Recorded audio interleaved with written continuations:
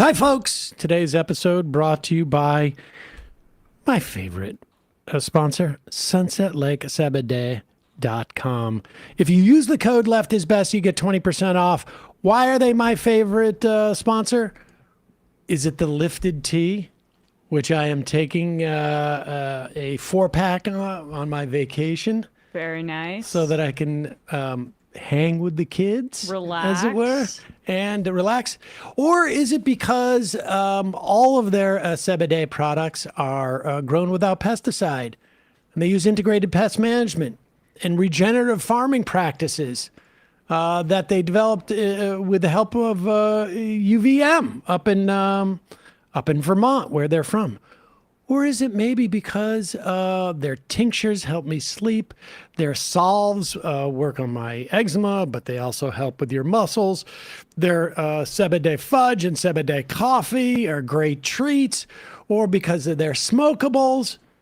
Or is it because they're movement partners, having donated tens of thousands of dollars to things like refugee resettlement, carceral reform, strike relief funds, Planned Parenthood, Give Directly? I mean, they've done it all. They're a great company, great products, and they give you 20% off with the coupon code LEFTISBEST. Longtime fans of the show. Somebody actually yelled that at me on the street. It was pretty fun. Cool. sunsetlakesabade.com. Check it out. You will not be disappointed by their products, I promise you. Now it's time for the show. The Majority Report with Sam Seder. The destiny of America is always safer in the hands of the people than in the conference rooms of any elite. Sam Seder. They are unanimous in their hate for me, and I welcome their hatred. We must guard against the acquisition of unwarranted influence, whether sought or unsought, by the military-industrial complex. The Majority Report with Sam Seder. Ever get the feeling you've been cheated?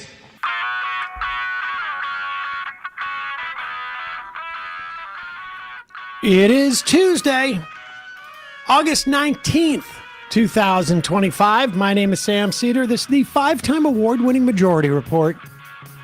We are broadcasting live steps from the industrially ravaged Gowanus Canal in the heartland of America, downtown Brooklyn, USA.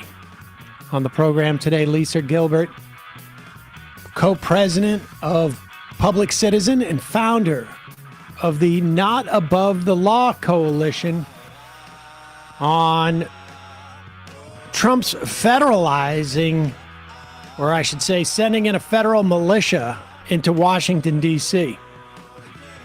Also on the program today, 24 hours out, Russia already backing out of Trump's imaginary peace summit.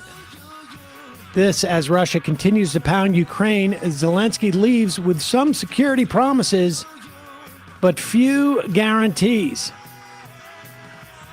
Meanwhile, Trump continuing to insist he can change mail-in voting despite the Constitution thing. Air Canada to resume flights as defiant union forces an agreement. Texas Democrats, meanwhile, forced to consent to police escorts in Texas if they wanted to leave the chambers. California moves to go forward on its redistricting plan. DOJ starts to share Epstein files with Congress as witnesses are brought in, including Bill Barr. I'm sure he was completely honest about his relationship with Epstein. Hamas agrees to a ceasefire proposal. Israel remains quiet. Dan Bongino gets a babysitter at the FBI. Andrew Cuomo reveals he's courted Trump's support in the mayor's race of New York City. And speaking of Trump, the Trump slump spreading beyond the Vegas Strip now. Ay, ay, ay. All this and more on today's Majority Report. Welcome, ladies and gentlemen. It is Newsday, Tuesday. Emma was freaking out about me doing this with my pen beforehand. We need her. Oh, you gotta Where'd she go? introduce my face There to she the is. stream. Yes. Yeah, I was doing this, and I saw you freaking out. Well, I mean, Out of the corner of my eye, it was distracting. the tapping of the pen was distracting. I look out for our podcast audience. You are having an emotional breakdown right now. Some people have, sensitivities. I understand. It's difficult sometimes when there are two different audio streams crossing. You can't focus. Well, I understand why people are hesitant to have you in rotisserie leagues and whatnot.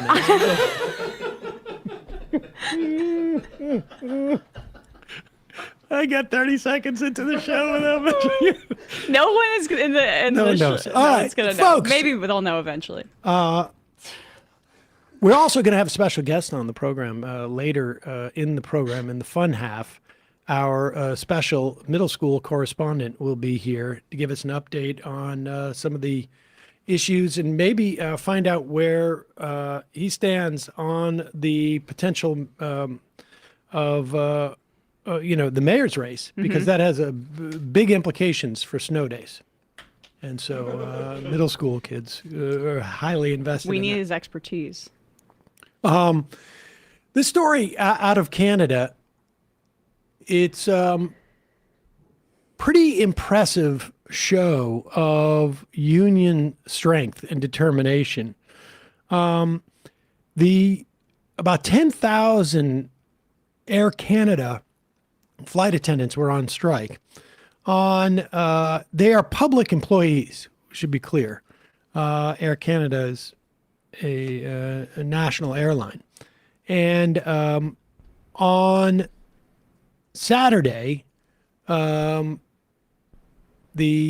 Canadian Union of Public Employees president, Mark Hancock, was responding to a work order from the Canadian Industrial Relations Board, I guess more or less the functional equivalent of our National Labor Relations Board.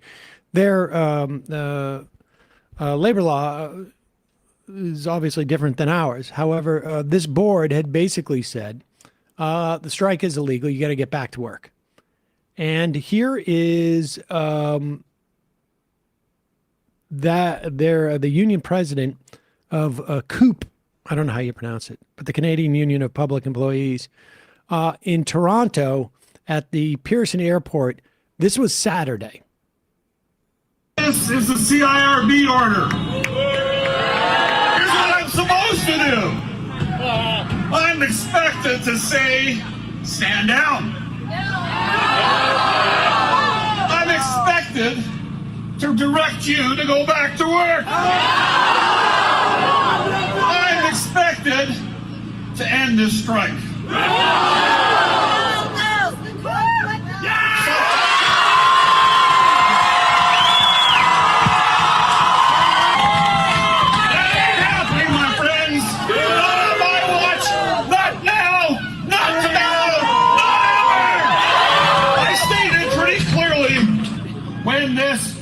Strike would end. I said it clearly then, and I will say it clearly now. This strike will end when we get a collective agreement that works for our members.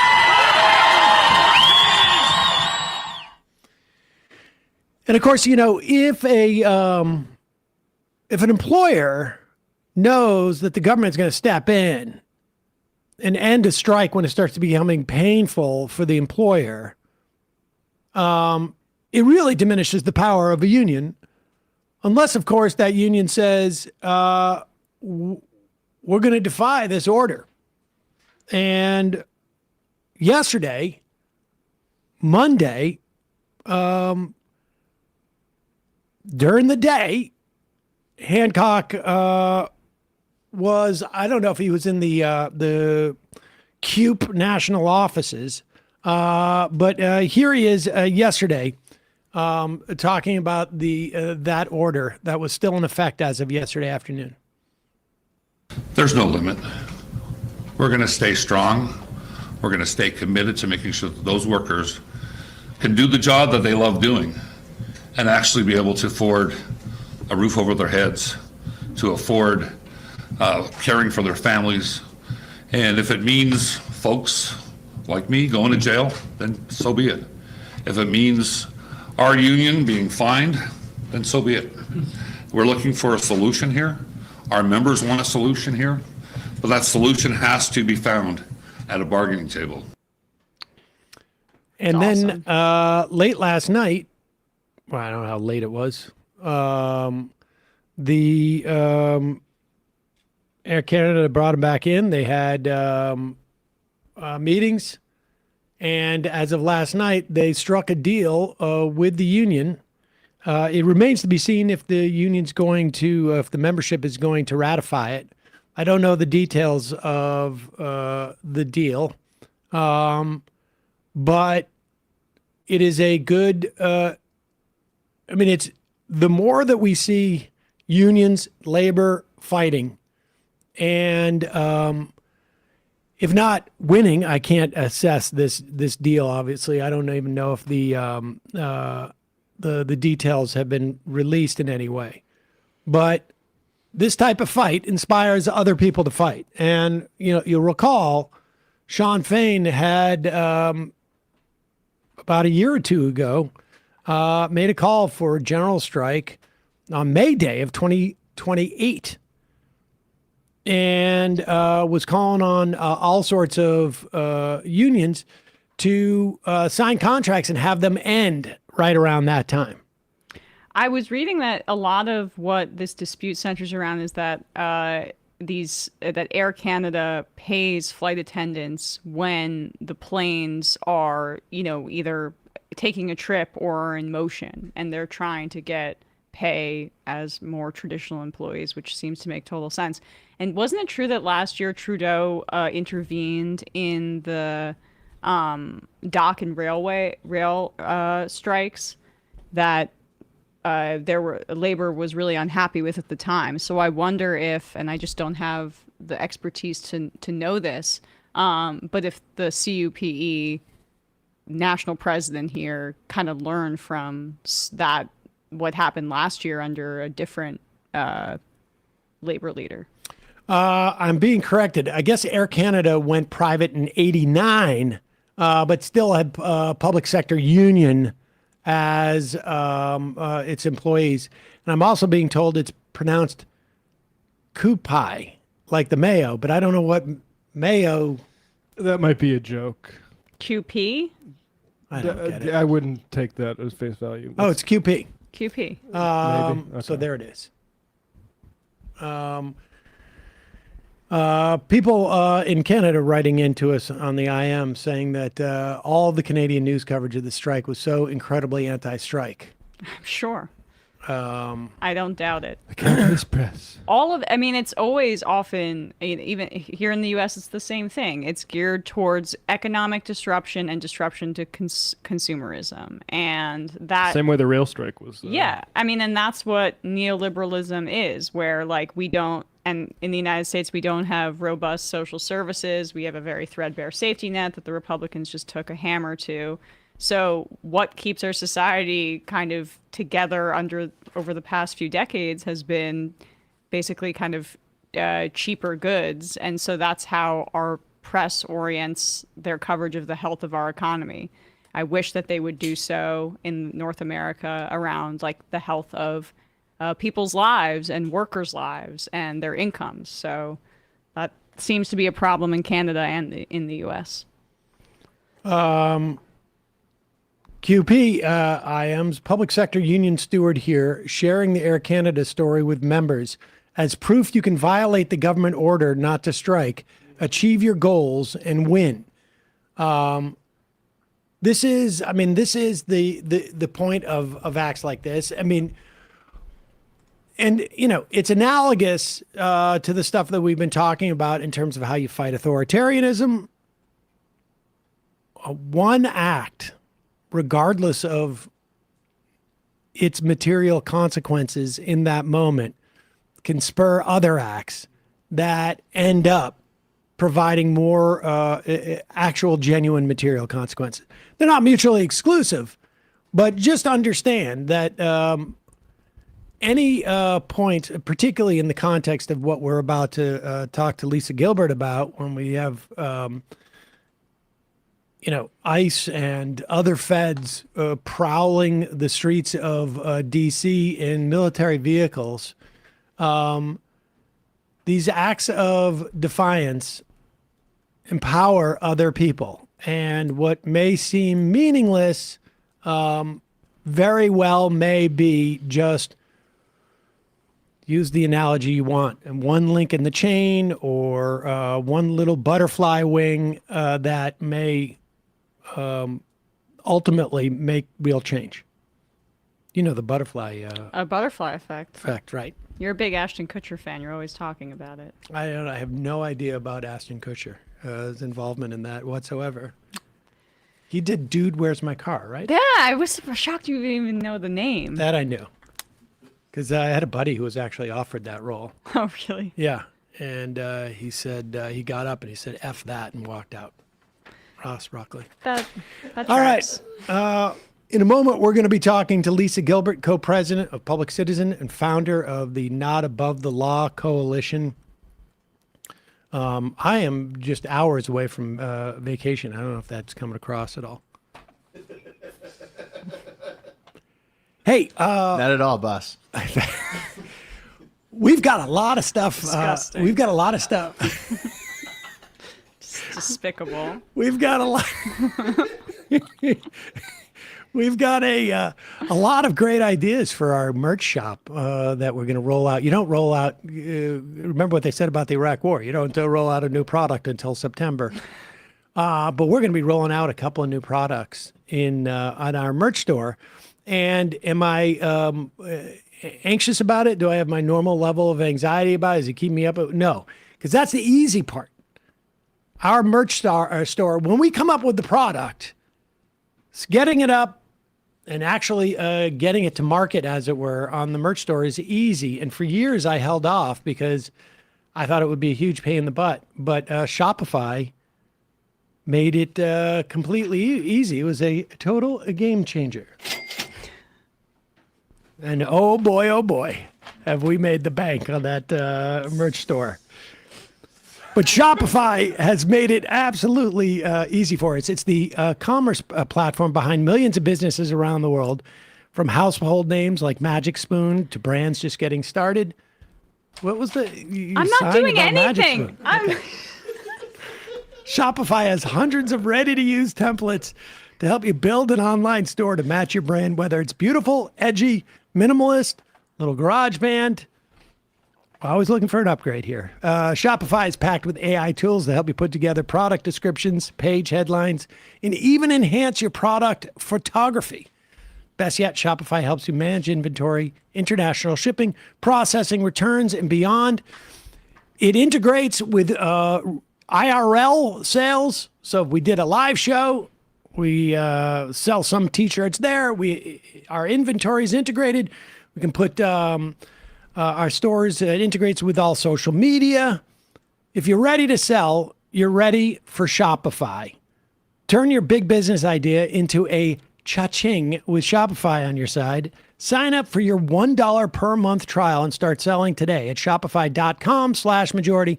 Go to shopify.com/majority. Shopify.com/majority. There you go. We'll put the link in the podcast and YouTube description. Quick break. When we come back, Lisa Gilbert, co-president of Public Citizen and founder of the Not Above the Law Coalition.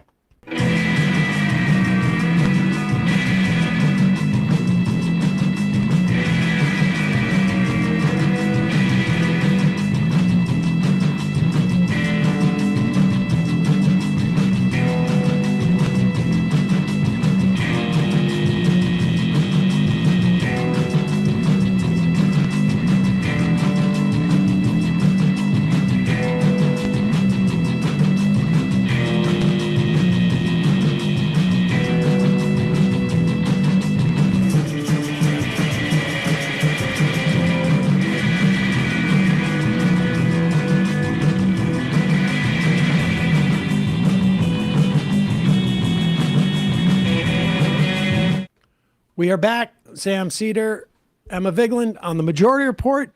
Pleasure to welcome to the program Lisa Gilbert, co-president of Public Citizen, founder of the Not Above the Law Coalition.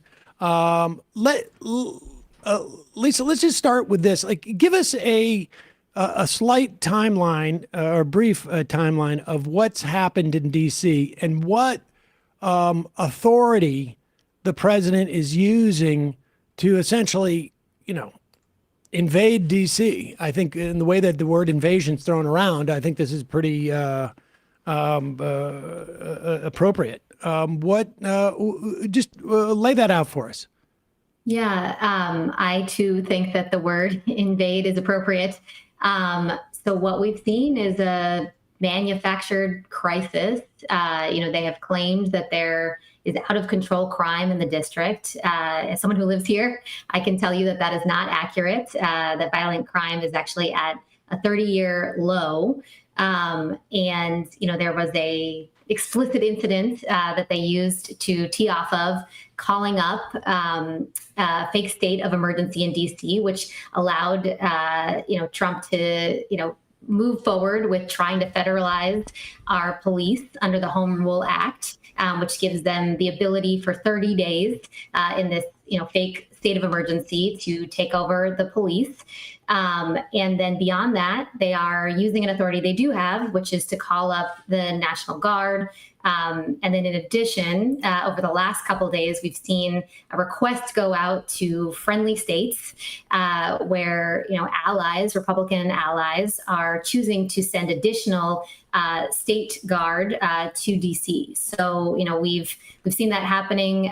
South Carolina, West Virginia, Ohio, announcing that they're going to be deploying hundreds of National Guard members to Washington, all in support of this power grab, which, again, is completely unnecessary. All right, so let's just start with the home rule. That's unique, obviously, to Washington, D.C. That's right. There was an attempt to take over, to replace the police commissioner. And just walk us through how that was stopped and like where that leaves us and what happens and then I guess the follow-up would be what happens after the 30 days. But that's a separate, is that part of the home rule or what is the constraint on that 30 days? And that is that unique to DC as well?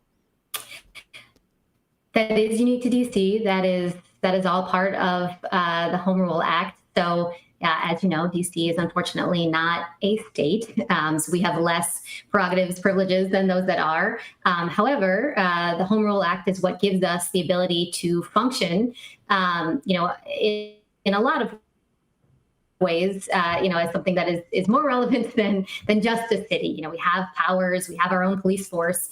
And so, that is what is being taken advantage of here. There has always been this additional authority, to federalize if needed under the Home Rule Act, go above and beyond what you would be able to do in a state. And in this case, it is that you can proclaim that there's an emergency and then for 30 days, take over the police force. And so, it's, again, dubious legality in this moment because there is no crisis, there is no emergency. At the end of 30 days, if they want it to continue, Congress will need to affirm that there is an emergency, that there is a reason to take over the police, which, as we've said, we don't believe there is.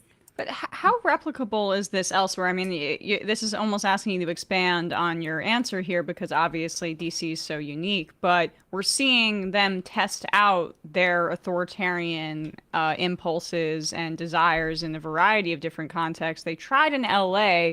This DC thing seems to be an attempt to kind of reassert their efforts here. Like, if you could just differentiate between what they're trying to do in other cities and what's happening in DC.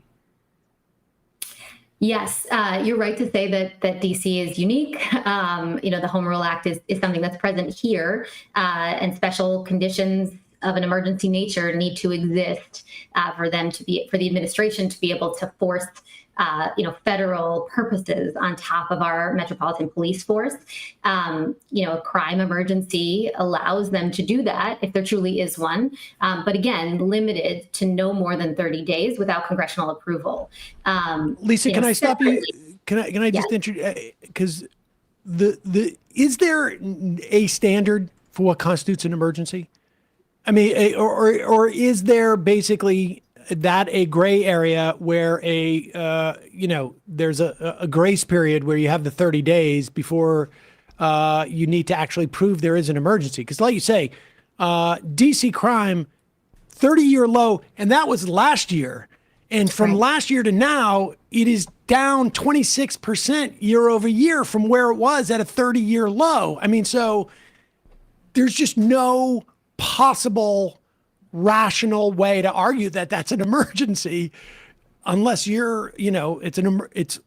have urgently low crime or something like that. But Yeah. so is there no adjudication of that, or is it just like you get 30 days to pretend there's an emergency and then you have to justify it? It's a great question. I mean, under the Home Rule Act, it is, as you say, there's this moment where they can initially declare that they see an emergency. However, at the 30-day mark, if they try to extend, there is the potential to sue or to push back if we don't believe that there is one. And I think all empirical data would tell us that there isn't one. And in fact, the consequences of having troops on the ground unnecessarily, of having this sort of heightened alarm in the city, it's causing other problems. It's causing economic problems for our city. It's sort of challenging us here for our own feelings of safety as residents. You can feel the heightened alarm, which was not present before this fake emergency was declared. But until we reach that point, that 30-day mark, there isn't a particular litigation strategy. There are other things that are happening. You might have heard Representative Raskin introduced a resolution to try to just end the emergency now. So that's something we're supporting. And obviously, if it could pass, that would be a way to move faster. Are there prophylactic measures that other cities can take? Because it feels like this is part of a longer sort of plan where the boundaries are pushed, and then we're going to go to another city, and we don't know which one it is, but I suspect they have a list of 5.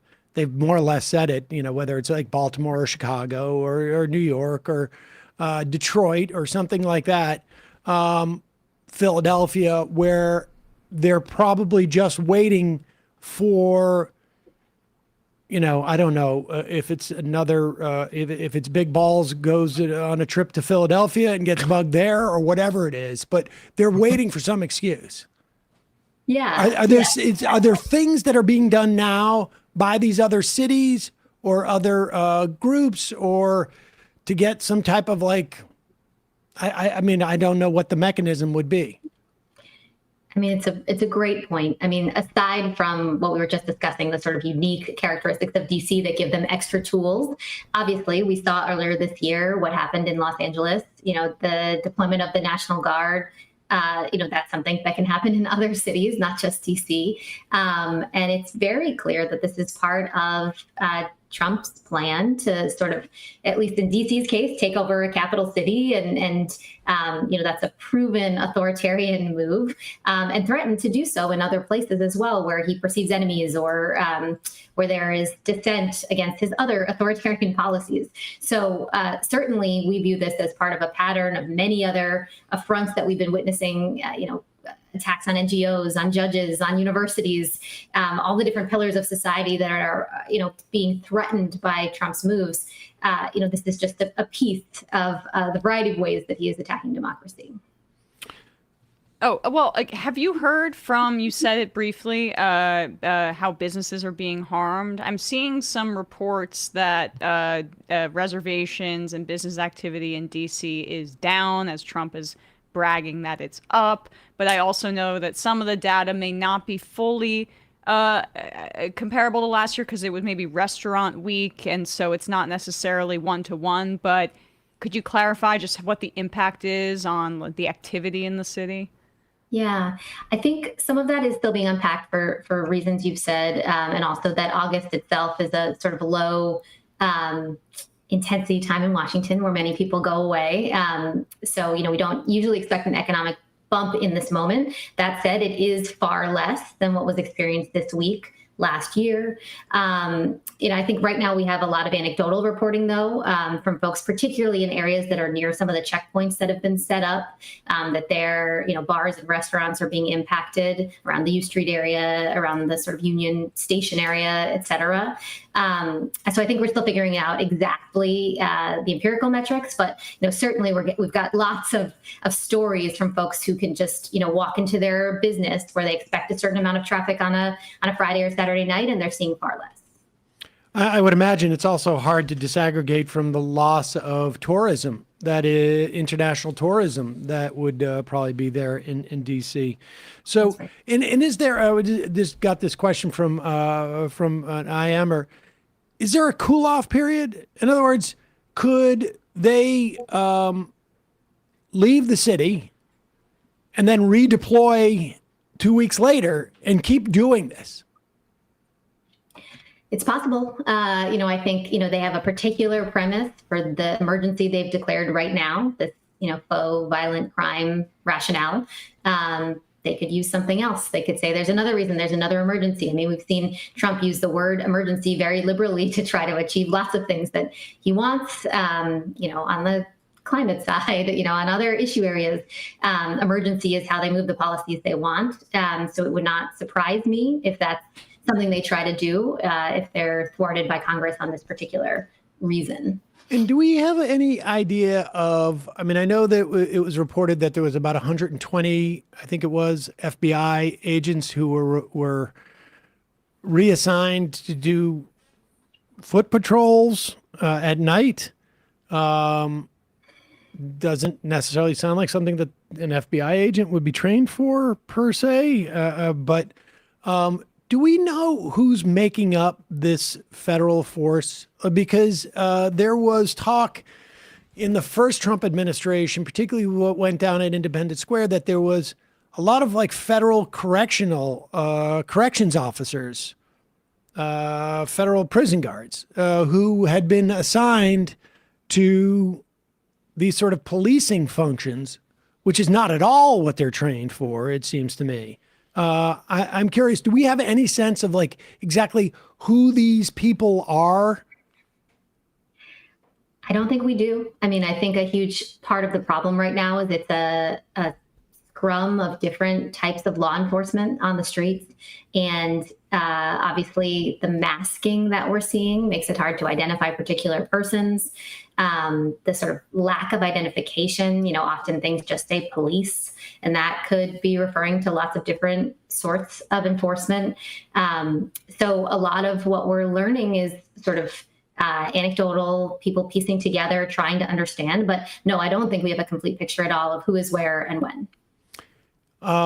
Is there anything else that we should know about this, that we should be on the lookout for? I would imagine this is going to ramp up into the midterm elections. Because all of this seems to be less for Washington, D.C. and more for the rest of the country, some audience out in the country, to make it seem like these urban areas are hellholes and Trump's going in and cleaning up without really any investment in what's actually going on in these cities. I don't, that's the thing, is I don't, at the end of the day, think it matters how much people in Washington, D.C. are inconvenienced, terrorized on some level, or their businesses go under. I don't think that even plays into anything that they're calculating, because they're just going to go out. Trump is already lying about, just bald-faced lying about what's going on there. And with the images, that's all they need. I would imagine we're going to see this in one or two other cities between now and November 26th. What else should we know about this? Yeah. Well, I would agree with you that it certainly seems like something they're testing in multiple places. And if they succeed, they'll continue in other cities, jurisdictions, localities. I think the important thing to do is actually what this conversation is evidencing. Just talk about it. Talk about, the contrast. Trump talks about safety, but if he cared about that, he would stop kidnapping immigrant neighbors. He would fund Medicaid and schools and SNAP. He would take care of people. And, he would be talking about this in a very different way. And I think just the contrast message of a fake crime emergency leading to, this incredible concentration of police force and army force and power, which is actually making people less safe, in contrast with the scary, unethical, unsafe actions that his administration has been taking, and talking about it in every venue we can, and drawing a through line between those types of activities and what authoritarians do worldwide. Lisa Gilbert, co-president of Public Citizen, founder of the Not Above the Law Coalition. Thanks for your time today. Really appreciate it. Thanks so much. Thank you. All right, folks, we got a little bit of time here. Let's talk about Citi and Donald Trump again. Yeah. News story out. Remember, like a couple of weeks ago, it was reported that Andrew Cuomo had a phone call with Donald Trump. He tried to downplay it. But new reporting now, apparently, some of Andrew Cuomo's supposed supporters out in the Hamptons think he's a real D-bag and decide to throw him under the bus a little bit. That's fun. Whoever's the source for this stuff for Politico, very much appreciate your service. I think they should be awarded the key to the city if Andrew Cuomo loses in November. Zoran will do that after, obviously, converting us to Sharia law first. That's number 2 on the priority list. Yeah, it'll be the sword of the city. So apparently, this was this Politico, right? Yeah. Got hold of what appears to be a secret recording of Andrew Cuomo at a Hamptons fundraiser this past Saturday, I should say. And this is like what, his 55th time in the Hamptons since he lost the... Something like that. No, I don't know if it was actually... Fourth, really. Fourth time in the Hamptons, raising money since he lost the primary, which credit where credit's due, right? Like, you want to do your fundraising where you can also mix in your vacation as you're running so hard to become the mayor. It's like when Adam Sandler shoots all those movies in Hawaii. It's like, dude, you just wanted to go to Hawaii for 4 weeks. Exactly. And so they haven't done the entire transcript, but there's a lot here. As Politico writes, Andrew Cuomo's counting on President Donald Trump and top Republicans to tell the party faithful to vote for Cuomo for mayor if they want to stop Zohran Mamdani, and not to vote for a Republican nominee, Curtis Sliwa. So essentially, Cuomo would become the Republican candidate in this race. Right. Which is not... I mean, one does not have to stretch the imagination. It's like the IDC. He's IDC Cuomo, which is like you're secretly a Republican, but don't present as such. Exactly. I'm in it to win it. And there you go. Cuomo told the crowd at this Hamptons fundraiser, according to audio obtained by Playbook, we can minimize the Sliwa vote because he'll never be a serious candidate, Cuomo says. That's rich coming from you. Well, what's also interesting is that, like, just think of what the opposite would be. We can't compete with this other guy because he's a serious candidate. Like, he really is so desperate now. And then he goes on to say, and Trump himself, as well as top Republicans, will say the goal is to stop Mamdani. And you'll be wasting your vote on Sliwa. So I feel good about that. Now... It gets worse. It gets worse. And it's interesting to me that Cuomo knows what Trump's playbook is going to be. I mean, it's almost as if they have worked together on it. And here's the thing, though. Before you get all uptight, it's not like Donald Trump is a transactional guy. It's not like Trump is the type of guy who says, I ideologically have an investment in someone other than Mamdani winning. Therefore, I'm just out of the goodness of my heart and a belief in you should be sincere and support who you. That's why I'm going to give you support, Andrew Cuomo. It has nothing to do with wanting something in return. No, he would never. Never. Politico goes on to say publicly, Cuomo has shunned the idea of getting any help from Trump. Cuomo said he'd decline an endorsement and denied the New York Times report that he'd spoken with the president about the race. Well, this is weird. It's almost as if Cuomo's been lying in public. Weird. But Cuomo seemed hopeful for the president's help behind closed doors, speaking to the more Trump-friendly crowd gathered at media mogul Jimmy Finkelstein's home in Southampton. Another co-host, former New York City Council President Andrew Stein, briefed Trump last month on how Cuomo would be competitive in the general election, according to the Times. Get your wallet out. This is the best part about this.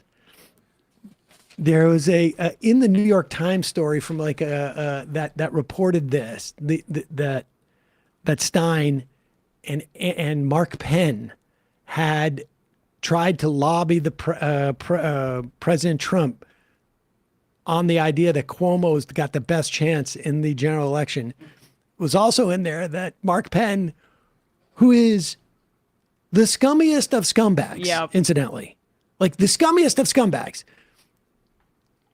He was Hillary Clinton's guy, but meanwhile was also campaign managing a race. I think it was like I can't remember if it was Bolivia or like while he was doing Hillary Clinton's race. Yeah, he's the CEO of this company Harris X, and they released this poll for Fix the City the day before the primary that had Cuomo leading 52-28. And he lost 56-44. So this is one. I'm in it to win it. But this Cuomo, is a junk poll guy who's like right wing. Yeah. He also, in addition to lobbying Trump that like he should back Cuomo in the general, Penn also was running a PAC for Cuomo and getting paid. So in other words, this is just Mark Penn sucking money out of like Cuomo donors and people here. So I'm in favor of that. Although, Mark Penn just enriching himself by just spewing bile all over the place. But all right, here's Cuomo again. We're going to go back to Cuomo. This is from the tape that Politico presumably has. Let's put it this way. I knew the president very well, Cuomo said. I believe there's a big piece of him that actually wants redemption in New York. Aww. Redemption in New York. Huh. He feels he was rejected by New York. We voted for Clinton. Bill de Blasio took his name off of things. So I believe there will be opportunities to actually cooperate with him. I also believe that he's not going to want to fight with me in New York if he can avoid it. Well, we know how he's going to avoid fighting with you in New York. You've already made a deal with him. You've already capitulated. If you support me and get people to vote for me instead of Sliwa, we're good. Whatever you want, buddy. That's what's going on here. When he says there will be opportunities to actually cooperate with him, what that means is for immigrant New Yorkers, we are going to sell you over to ICE, to this mass deportation Gestapo, if I win. And you have I forget this councilman's name. I had sent this previously, but there were a lot of protests over the weekend. I'm going to try to find his name in a second. The Here Assemblyman? It is. Yeah, sorry. Assemblyman Robert Carroll is calling on Kathy Hochul to shut down the power at 26 Federal Plaza because the federal government, sorry? It's number 4 in the sound sheet. We have it. Oh, okay. Well, I mean, we don't need to, but it's just as an aside to point out, the federal government owns that building, but the state has the power to turn off and on their power. These are the kind of tactics that I would love to see Democrats in the state do to protect immigrants from being snatched by ICE. And then this is the exact opposite of what we want. A guy who's going to come in and say he's going to cooperate with this fascist administration. And it's quite clear that there is a quid pro quo on quid pro Cuomo on the table right now. And Cuomo is just setting it up. He is setting it up, and he is sort of like testing how he's going to sell it after the fact. This is about cooperation. He doesn't want to fight with me. Well, the reason why he doesn't want to fight with you is because he doesn't need to. It's because you've already capitulated. You're literally on the same team. Where's the fight? Curtis Sliwa said, why don't we have a debate and see how many Republicans go with Cuomo, Sliwa said. In the streets, we have a word for that. A fugazi. A fake.